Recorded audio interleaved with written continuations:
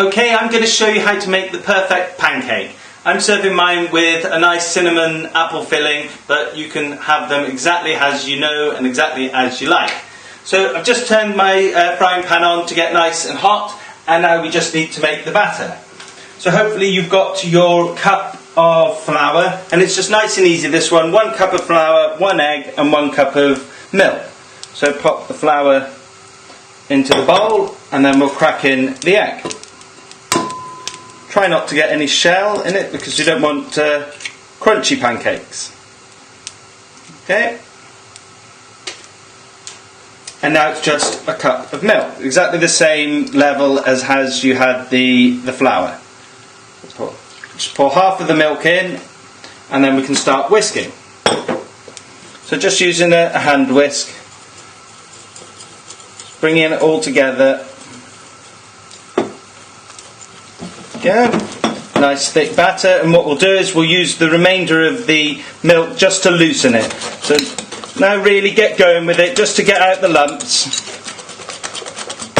and we can add in the rest of the milk. There we go. And then whisk that in, and that should really loosen it and give you that really lovely, nice thin pancake mix.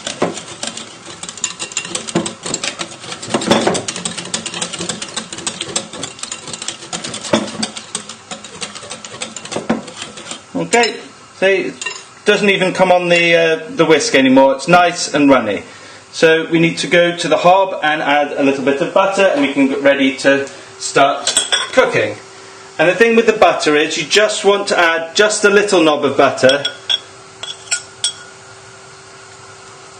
and then try and swirl it around the pan. I'm going to turn the heat off the pan now, swirl it around the pan, because what we want to be doing here is just coating the pan in butter, but you don't want it to be enough butter that we're not frying the pancakes. So I'm just swirling it around the pan just to get the pan nicely coated in that lovely butter. There we go. And then nice and simple, using a ladle, we just bring over the batter, 1 ladle spoon per pancake, straight into the pan. And I can pop the heat back on, and then just swirl the batter around the pan, and it should be starting to set already. There we go. And now we just need to leave this just for a little while.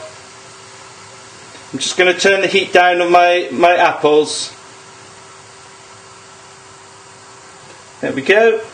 See, the pancake's just starting to cook on the lower side. You'll know when it's done because they'll start to come away from the edges. We're almost there now. Just to start to come away from the edges. And then it'll be time to flip.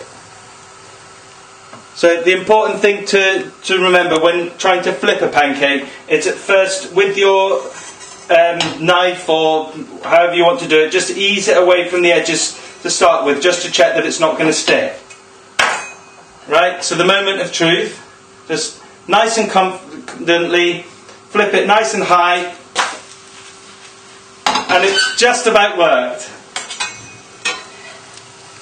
And then you can just rearrange it if it doesn't quite land properly. So there you go, that's just nice and golden on one side, and all we need to do now is just cook out the other side, and then that'll be it done.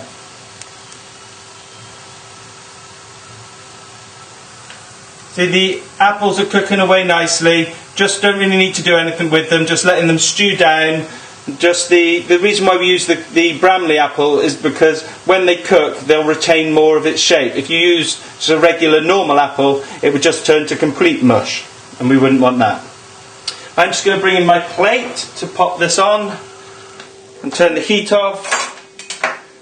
I'm not going to try and flip this onto the plate, so just so you see the other side. See, that's the other side.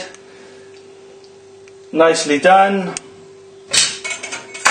And then just need to repeat the process, add a little bit more butter into the pan, and then serve them and enjoy them however you like.